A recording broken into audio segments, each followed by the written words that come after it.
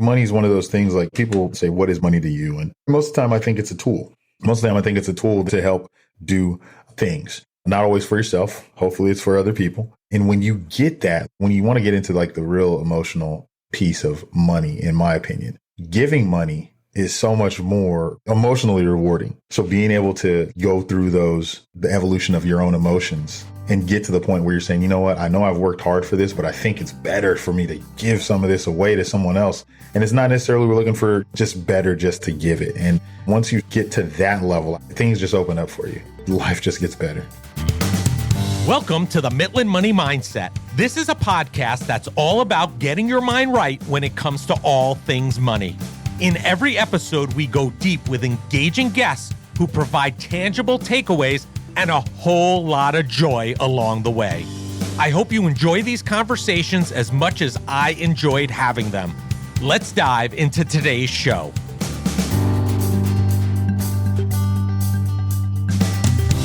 I'm Larry Sprung, your host for the Mitlin Money Mindset and founder and wealth advisor of Mitlin Financial. Today's guest is Emlen Miles-Mattingly, the CEO and founder of Gen Next Wealth and the host of the Minority Money Podcast. Emlen uses his 20 years of experience in the financial services industry and spends much of his waking day helping clients make smart financial decisions and encouraging them to manage their resources in a way that leads to generational wealth. Prior to starting his firm, Emlen sold life insurance products for large insurance companies. And during this time, he would receive questions from clients about retirement accounts, estate plans, employee benefits, and other financial concepts. It was in this moment that he realized that he was selling products but not providing solutions, which led him to founding his firm. As a co-founder of the BLX Internship Program, he is also looking to further and strengthen the financial planning industry. This program is designed to provide an entry point to the profession for Black and Latinx students and career changers. Emlen is very passionate about creating a path for those that are underrepresented in our profession. Listen in for some great takeaways about creating generational wealth and why Emlen is so passionate about helping educate people through his Minority Money Podcast. Well, hello, everybody. Larry Sprung here, and I have the pleasure of being with a fellow colleague today, Emlen Miles-Mattingly, who's the CEO and founder of Gen Next Wealth and the host of the Minority Money Podcast. Thanks for joining us today, Emlen. Hey, thanks for having me on, Larry. Yeah, it's a pleasure to see you and talk to you, even though I just found out we missed each other recently. So I guess we're catching up here. But listen, I want to give our listeners an idea of who you are, what you're about. So can you tell us about your path to founding Gen Next Wealth? How did you get here and why did you start it? Absolutely. So been in financial services for quite some time and always wanted to be a financial advisor. Finally, after, I'll save you I won't tell the whole story on that, but finally, after a little while, broke into the industry. Got a license and all that like in 2005, but then did some managing at a bank and worked at an insurance company. Did all of that and then finally just kind of said, you know what, I think I can do this better on my own than I'm doing it at this larger firm. And so when we started, Gen Next Wealth was 2017, we went independent and started our own RIA, primarily focusing on minority families, largely in part because that's who kept coming to me for help. And so 2017, we started it to make sure that we could help the families that needed the help that we could provide. Now, I know you mentioned in some of the materials that I've read, right? You learned something while at the insurance companies before you showed up here. And I think that showed up where you are in starting Gen Next Wealth. So, and I think it's pertinent to the conversation. Explain what happened there and why you really led down the path of the RIA route. Absolutely. So working at the insurance company, like I said, I enjoyed it. I learned a lot there. However, we were pitching products. We weren't necessarily giving solutions to people. And so what would happen is undoubtedly I'd provide the product for someone to help them with that specific thing. However, they would come back to me with questions about what investments should I use in my 401k? Or what about an estate plan? Do you know anything about estate plans? Or what about this? Or what about my company benefits? And they started asking all these questions about things that at the insurance company, I just wasn't paid to do. But nonetheless, the questions needed to be answered, right? So what it led me down a path of financial planning opposed to selling products. And that was probably the biggest thing, because once that started happening and I was able to have more robust conversations about what was really going on in their finances, I found that that was what they needed more so than anything else that I had done prior. Yeah, I agree with you 100%. I think the stance you take now, and if you look at CFP and where the industry is heading, really, the products are just part of the plan, right? The whole idea is to help people plan for where they are today, where they want to be. And some of those products may work nicely in helping them fill some of those voids, but really where the benefit is, I think we're very much aligned in that way, is that advice and guidance. Because if they have products but no advice and guidance, it really doesn't help them all that much. You really have to have them in tandem so they know where they're going and how they're going to get there, right? Absolutely. So can you share us a little bit about what led you to launching your podcast, Minority Money? Because I think that's interesting and I like the show. I'm a fan of it. I enjoy listening to it as well. I know most recently, we may be dating this episode, but you went through the 7 steps of the financial planning process, which is fantastic because I don't think many people even know what they are. So tell us what led you to launching that. The podcast came from talking to friends and family and them saying, you have a lot of stuff, you got a lot of content, you got a lot of stuff that people need to hear. Like you always say these things and no one's able to hear them. So what do you think? Why don't you think you should do a podcast? And I was like, I don't know. I mean, how am I, so that was the genesis of it. And then from there was like, okay, well now when I started to like really refine the idea of thinking, okay, how can I do this? That's when I started to think, okay, what is a way where I can get information out to consumers, out to advisors, out to people in general, right? And help them, because I can't help everybody. Everybody's not going to become a client, right? Everybody can't come to Gen Next Wealth. Same. But if I can put some information out there and at least give people enough to make informed decisions and then package it up and make it specifically for minorities, because no one was trying to target them. And I knew that there was a market for it because everyone was trying to come to me to talk about that. So that's what kind of led to it. And then here we are 3 years. It's been going on for 3 years now. And it's kind of crazy to think that I think we just dropped like episode 120. That we're well into the hundreds on the episode. So but that's what really led to it. And then just the evolution of the show. I thought that the 4 areas that I thought contributed to overall wealth were health, finance, education, and family. And I thought that those things needed to be talked about, not just money, but those other things as well. And so that's what led up to Minority Money. Yeah, you almost can't have one without the others that you just mentioned. They all go really hand in hand. And is the audience of your show truly minorities, or really can anybody learn from it? I think anyone can learn from it. No matter of fact, I know anyone can learn from it. And the reason why is because the way that we present the information to the people is really bite-sized, understandable. We stay away from the jargon. We make sure it's easy to go through. So yeah, I think that makes the show easily digestible. One thing I didn't mention is that the tagline of the show is changing the complexion of wealth, right? So there was some conversation about, should I have the podcast name Changing the Complexion of Wealth?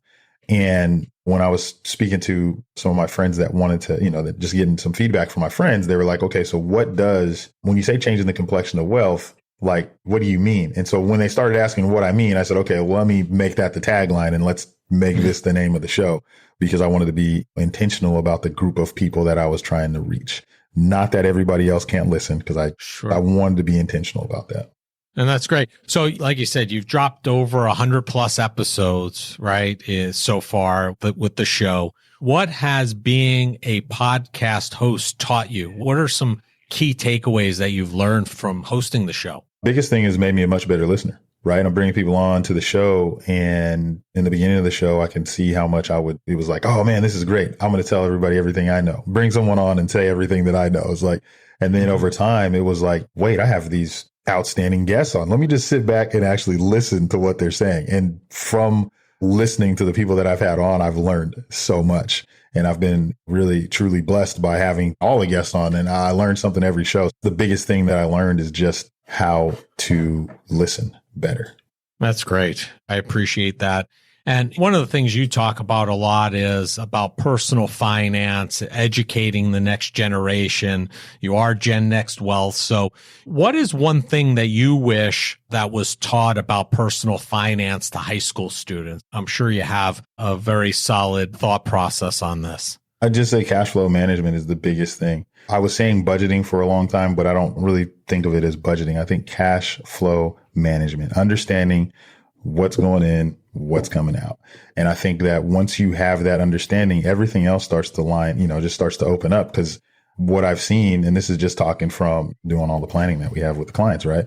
What I've seen is the first thing that I have to do with any client that has a goal that they want to achieve is we got to figure out if they have the cash flow to be able to sustain or be able to meet these goals. So it doesn't matter if we have all these great goals, if we don't have the money or the cash flow, if you will, to meet them, nothing matters. So that's what I think, that taking that time, developing a cash flow management plan or a spending plan, if you will. I like the spending plan, and that's something that I would definitely wish that I would have been taught in high school. Have you seen changes in that area in that regard, in terms of, do you think that schools or the educational systems doing any better job in that area today versus when you were going through the educational system? I mean, I think there might be more. There's, no.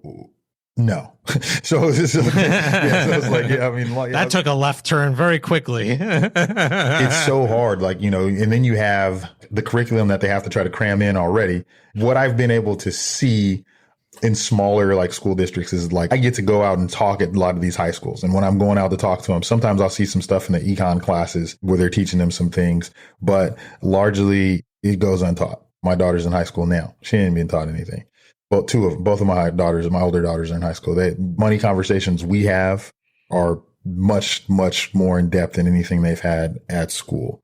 I think that our kids, for example, are very lucky to have us because we're ingrained and entrenched in this. It's very easy for us to have those conversations. And I think about all the other people out there that are struggling or having issues themselves understanding the concepts. There's really no way for them to relay that to the next generation. So really the only way that can be done is if it's ingrained or embedded in the educational system. And like you, I have not seen any really great strides in that arena. And it's something that I think we drastically need. And not only from a standpoint of what you point out, but just from simple things like student loans, understanding how those work. It's a big problem. And I think there are a lot of components to it and a lot of people at fault. But I think if we had a better understanding in our late teens when we were applying to college and understood how those works, that could be helpful to that whole process and alleviating some of the pain that we're seeing right now in that arena, so to speak. I think that another thing is what I've seen in the kids, so when I go out to the high schools, right, there's high schools that I speak out every year, my local high school here, some other high schools in the neighboring areas. We go out and talk to the kids all the time. And what we see is the kids that have the best understanding aren't the kids that are learning it from school. They're learning it from the parents. So if I say, who in here knows what a stock is? Oh, yeah, I know what a stock is. Oh, you do. So tell me what it is. It's when you have ownership in a company. Oh, okay. And so we can go through this conversation with them. I said, where'd you learn all this? Well, my parents, they have some. That is going to be the most impactful thing. And this is why on the podcast, we focus on family, because family is going to be your best and first defense or education as it comes to money. Right. And so the thing that we're seeing is a lot of people haven't had that financial education and they're not receiving it at home. And so that is where I think we can have the biggest impact, is teaching it at home and not waiting for the schools to teach it, because they can't. Yeah, I agree with you. I think if we wait for that, it's just never going to happen. So that's why we as a firm try to work with our clients. And if they're not willing to have or don't feel capable to have that conversation with the kids, we tell them to bring them in. Mm-hmm. Let us have the conversation with them, because I agree with you. I think if we wait around for that to change, it's probably not going to happen in our lifetime, and maybe not even our kids' lifetime. So it seems that you and we both have a keen interest in understanding the emotional aspects of money, because I think that plays into a lot of what we do and how we treat it and how we think about money. What has this journey taught you about your emotional connection to money? Man, it's a very deep emotional connection. When I think about growing up and not having or lacking money,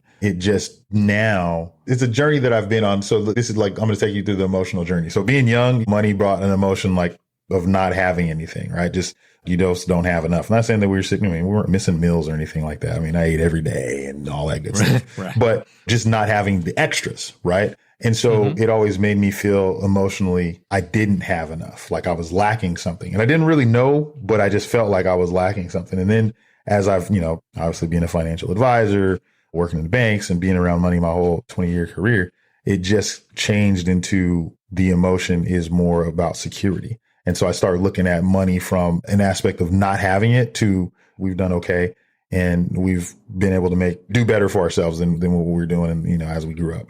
And that has just changed the emotional relationship to more of a secure relationship, meaning that I look at money as security, not as not having it anymore, not as lack. So I think that emotional journey, it took a long time. There were some steps in between, but when I finally got there to see what money meant to me emotionally, it was just security. Yeah. And listen, people's feelings about money change over time, right? Yes. We were just talking about a conference in Vegas, and I was there, and I tell people all the time when I got back from there, people are like, "Oh, did you gamble at all?" And I said, "You know what? I didn't. I didn't even go to the table once." And they said, "Really? You went all the way to Vegas and didn't?" I said, "You know what the funny thing is? When I was young and had nothing, I was more apt to gamble. Yeah. Now that I've got a few bucks in my pocket, I want to hold on to it. I don't want to go to the casino, and it's my relationship in that regard, just there alone has changed also. And I think all of us go through these evolutions that over time, I think that the highest level is getting to a point where you talk about generational wealth and also getting to a point where you have enough money to do whatever you need to do or what you plan to do for yourself and your family. And now all you have to think about is how are you going to leave that legacy? How are you going to leave the world a better place than you left it? To me, that's like the peak of the whole emotional hierarchy with money. Because once you get there, then you could really make some tremendous impacts at that point, I think. I totally agree with that. And I think money is one of those things like people say, what is money to you? And most of the time I think it's a tool, right? Most of the time I think it's a tool to help do things, not always for yourself. Hopefully it's for other people. Sure. And when you get that, when you want to get into like the real emotional piece of money, in my opinion, giving money is so much more emotionally rewarding. So being able to go through the evolution of your own emotions and get to the point where you're saying, you know what, I know I've worked hard for this, but I think it's better for me to give some of this away to someone else. And it's not necessarily we're looking for just better just to give it. And once you get to that level, things just open up for you. Yeah. Life just gets better. I agree. And one of the things one of the terms I use, and I don't even remember his name, but I have to credit this to a rabbi that I heard do a sermon once growing up. And people used to always talk about when it came to the holiday times to give until it hurts. And this rabbi in his sermon said, no, that's wrong. Because hurting implies that you're got to endure pain for giving away that money. He goes, no, you give until it feels good, until it feels great. And he's like, it should have and will have a positive connotation. And I think about that all the time, to your point, that, if I give, even if it's a small amount to an organization, it makes me feel good knowing that I'm helping someone, something, or some organization make it to the next level in some way to help them. And it feels good. So when we talk about charitable contributions in our house, we talk about giving until it feels good, because ultimately that's what it does. Absolutely. Right? Absolutely. Love that. Both your brands, Gen Next Wealth and the Minority Money, speak to minorities, right? Can you share why you're so passionate about this and what someone who isn't a minority like myself might not understand that this is? Absolutely. So when I think about it this way, the reason why I'm so passionate about it is because there's such a lack, right? There's not a lot of minorities in our industry. There's not a lot of families. Like, when you look at some of the numbers, there's some studies that show that for every $100 a white family has, a black family has $5 of wealth. A Latino family has about $7 of wealth. And so when you hear those kind of numbers, when you look at like the CFP numbers, and I know we're going to talk about that a little later, but I know if you look at the CFP numbers, it's like less than 4% for blacks and Latinx, if you will. And so when you think about all of that and the lack of our presence in this industry, it makes it difficult for us to get more people into the industry, and it makes it difficult for us to go out and help the families that need the help in the industry. So when you think about that, It's like, what do you have, the chicken or the egg, right? Like people are asking, like, we need more diverse people in the industry. Well, we need more diverse people helping people. We need to help more diverse people outside of the industry too. And so when you have those two things, it's like, how do we fix it? Competing forces almost. Right. Yeah. And so when we had that, it was just like, how do we fix this? So we started something else. We started the BLX Internship Program. And I'm not sure if you heard about that. So it's called the Latinx Internship Program. So we wanted to make a pathway for more Black and Latino people to get into the financial services industry. Why? Because we know people need help. And so what I would say is, for someone that may not be a minority, there is something that you have passion about, though. And if you think about that passion, I would just ask you to check where the passion came from for the things that you're passionate about. And then just understand that it's just a pivot for me, right? Mm-hmm. Because it's something that I'm passionate about. And it doesn't mean that my passion is telling people that aren't minorities that they can't come in. Because I think the only way that we can ever do this is working together, right? And so one of the things that we talked about before we even got on here, and I have to throw this in because I just love Uncle Nearest. So when you think about Uncle Nearest Green, and we're talking about Jack Daniels and the other stuff, but when you think about Nearest Green and you think about his relationship with Jack Daniels, with Jack Daniels, Jack wasn't a minority, but what he did for that minority, an enslaved man at the time, and his family was incredible, right? They have their own distillery there in Shelby, Tennessee, and they've had this for 5 generations. His great granddaughter still runs the place. And so what I'm saying is, Nearest Green had a passion, and Jack Daniels was able to help him. Right. So when that passion meets another passion, and you can have that synergy, like, okay, I know I'm not a minority, but I see what you're talking about, and I see the vision, and I know we need to help. Then we work together. And that's how you help people that might not understand it. That's by coming together. And I think that together we're better. This isn't just a thing like where we just want to fill up the industry and get rid of everybody else. We want to have the industry be inclusive and look like our country, right? We just want the same percentages there, and that's it. And I think everyone wins when we do that. Everyone plays their part, everyone has a role, and everyone can help change the complexion of wealth. Yeah, you have to start. I think that all starts with having an abundance mindset, right? First, you have to understand that there's enough business for everybody. Oh, yeah. And understand what you're saying, that listen, if the profession is better, it's not going to just elevate the person you help. It's going to elevate the whole industry as a whole. And one of the things that you spoke about the CFP, for example, I was shocked when Jarrell joined the Mitlin team and he enrolled in the CFP program. Mm-hmm. I was blown away. As somebody who's not a minority, I never really looked into the numbers. Mm-hmm. All I heard about was similar things that most people hear about, the age of the advisor skewing older. I did not realize the lack of diversity just even within the CFP. And I couldn't even believe the numbers when he showed me the numbers of Black CFPs. It was like you said, like 3 or 4%. Mm-hmm.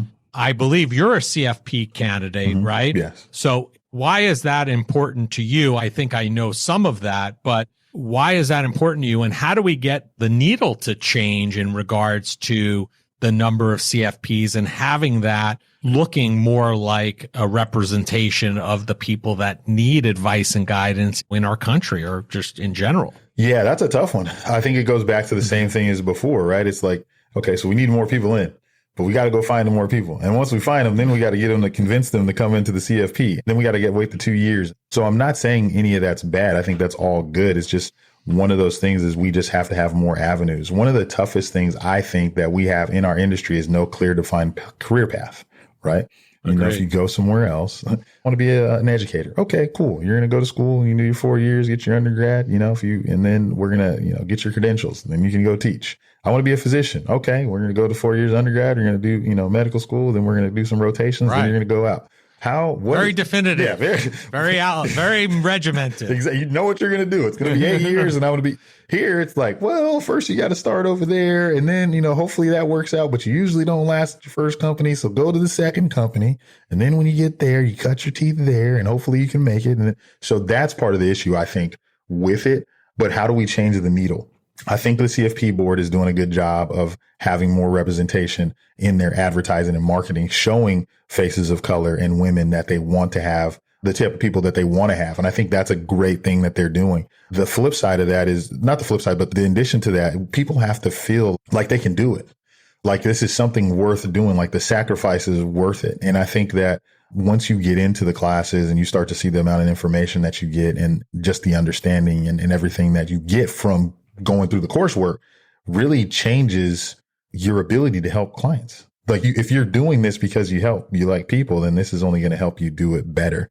That's important to me because I believe in the standard that the CFP board puts out for the steps and everything like that. I think that I spend enough time pushing products Right.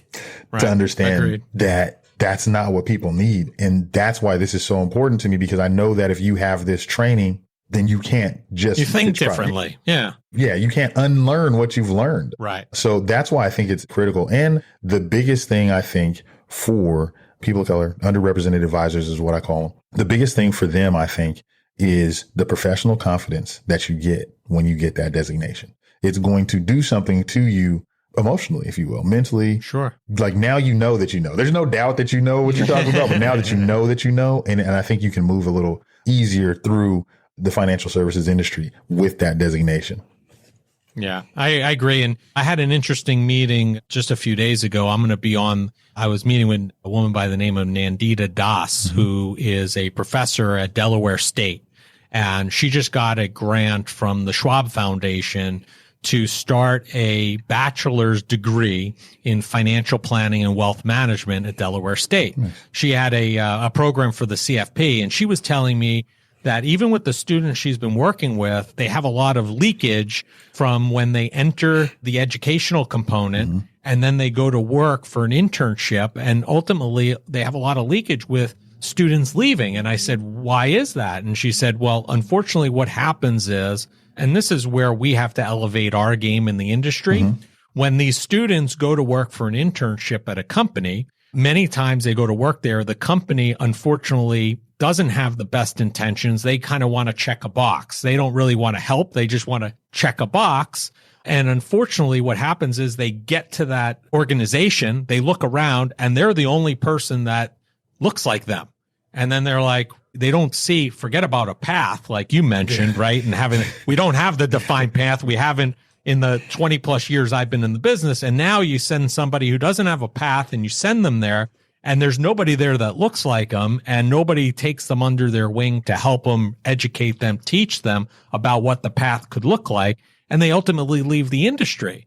And really what we need more of the internship / sponsorship, right? The company that's going to come in, bring that person in, not interested in checking a box, but actually developing a human being that can be an advocate and be an unbelievable advisor down the road and start showing them the path.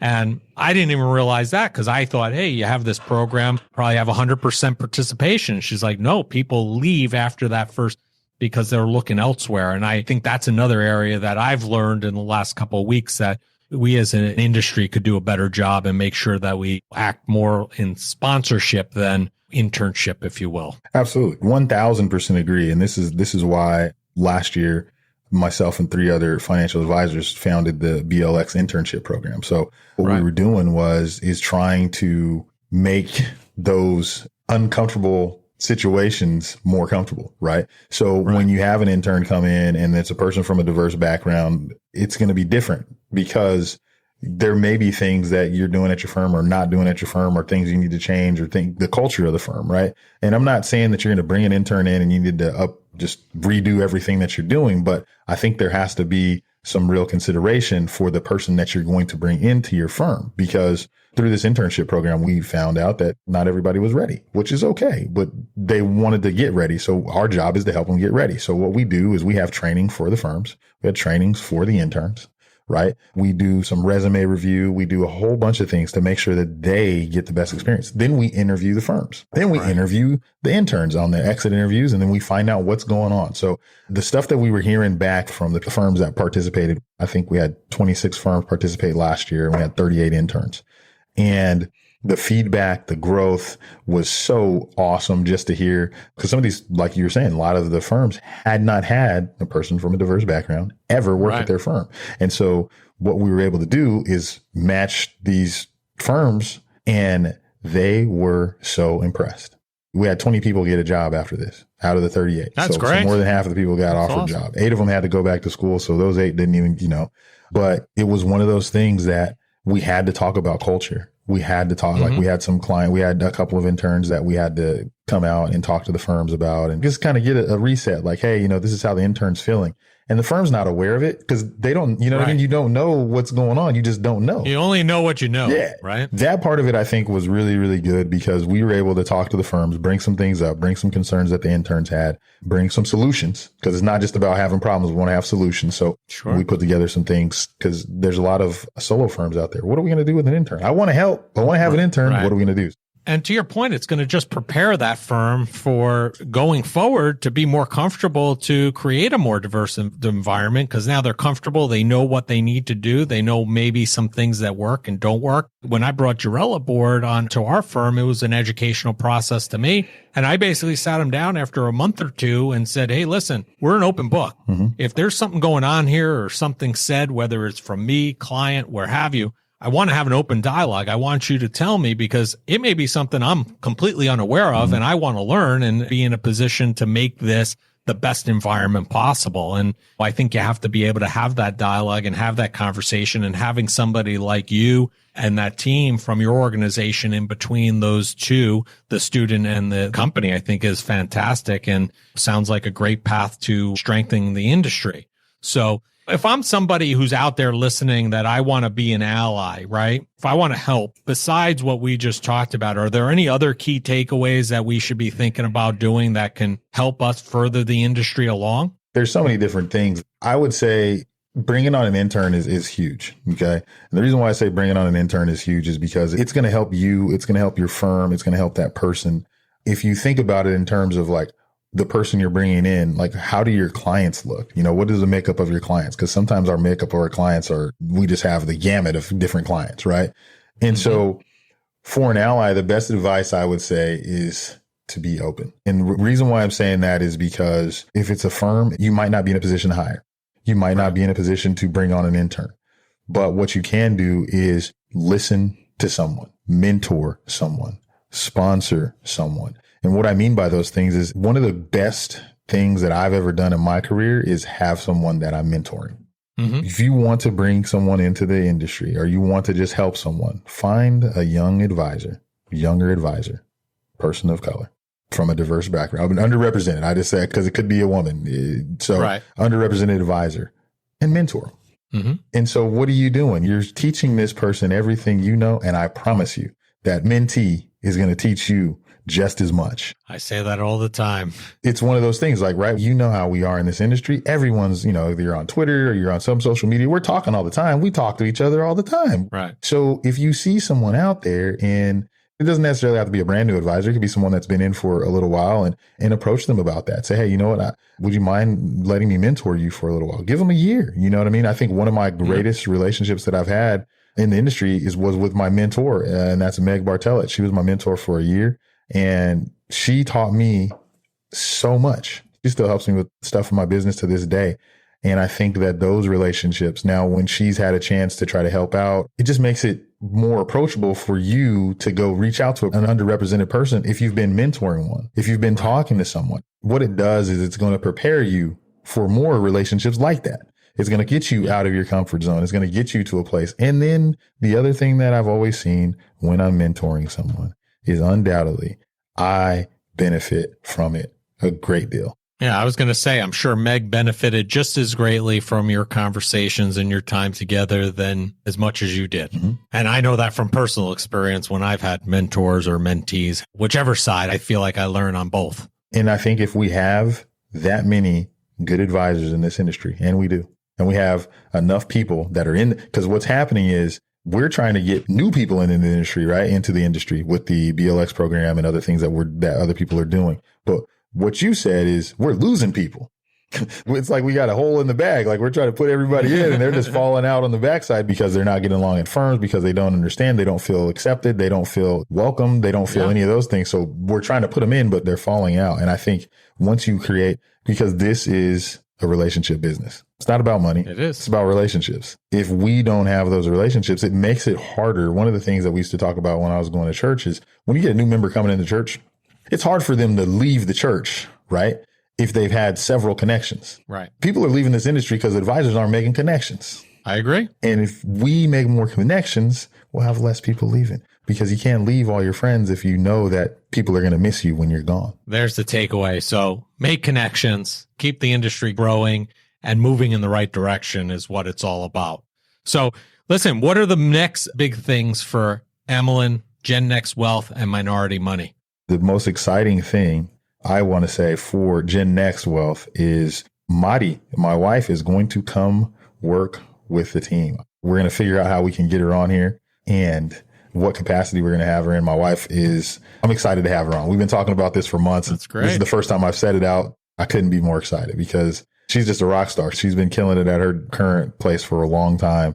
And I think that her skill set is going to take our company to the next level. Is she coming in an advisory role, or is she going to have a different role in the business? Different role. Okay. And not necessarily an advisor. She's just a great operations, great processes. So the client experience is going to get a lot better. Everything's going to get better. It always gets better when we don't do it, when we have other people who love that do it. I get it. My wife runs my social media, so she's involved in our practice and handles a lot of our marketing. And listen, you'll enjoy it, and it'll be great for you and the family for sure, because you'll get more time together, which is what it's all about, right? Absolutely. Absolutely. So I'm looking forward to that. One other thing, like I said, we talked about the BLX program. If anybody's interested in that, I think that is something that's super, super, super cool. Awesome. So we'll make sure that gets into the show notes. And Emlen, it's been a great time having you on. We end every show by asking each of our guests the same question, which is, what did you do today that brought you joy and put you in the right mindset for success? First thing I do is meditate in the morning. So I meditated this morning as soon as I got up, and then I went to the gym, because as your body moves, your brain grooves. So every day, meditation, gym. Sounds like a shirt. I think you got to get that on a tagline for a shirt. You know what? I might have to do that. That's actually it's very catchy. I like that. You could start another podcast, an exercise podcast called "When the Body Moves." The brain grooves. Yep. Yeah, sounds like a great podcast too. Well, listen, it sounds like a great way to start the day. I appreciate you taking out the time for joining us. We're going to have all your information in the show notes, but if people want to find you, connect with you, where's the easiest and best place for them to do that? Absolutely. I'm most active on Instagram and Twitter. So both are the same handles. It's going to be E Miles Mattingly. That's E Miles Mattingly, all together. And that's where you find me at. Great. Listen, Emlen, thank you so much for the time, and make it a great day. Thank you. I want to thank Emlen Miles-Mattingly for being a guest on the Mitlin Money Mindset. Emlen clearly has a passion for helping others create generational wealth and educating the next generation. His personal experiences have impacted and provided Emlen with a why. He wants to help others and be a driver in helping to change the profession too. Emlen can be found across all social media platforms, and all the contact information needed to find him can be found in the show notes. Thank you for joining us this week on the Mitlin Money Mindset. Make sure you visit our website at mitlinmoneymindset.com and smash the subscribe button so you don't miss a show. We encourage you to help others find our valuable content, and please don't keep us a secret. You can also schedule an Is There a Fit call right from our website, or by using the link that you'll find in the description section of your podcast player or app. And be sure to join us for our next episode to learn more about getting your mind right when it comes to all things money. The opinions voiced in the Mitlin Money Mindset Show with Lawrence Sprung are for general information only and are not intended to provide specific advice or recommendations for any individual. Past performance is no guarantee of future results. All indices are unmanaged and may not be invested into directly. Investing involves risk, including possible loss of principal. No strategy ensures success or protects against loss. To determine what may be appropriate for you, consult with your attorney, accountant, financial or tax advisor prior to investing. Investment advisory services offered through CWM LLC, an SEC-registered investment advisor. Guests on the Mitlin Money Mindset Show are not affiliated with CWM LLC.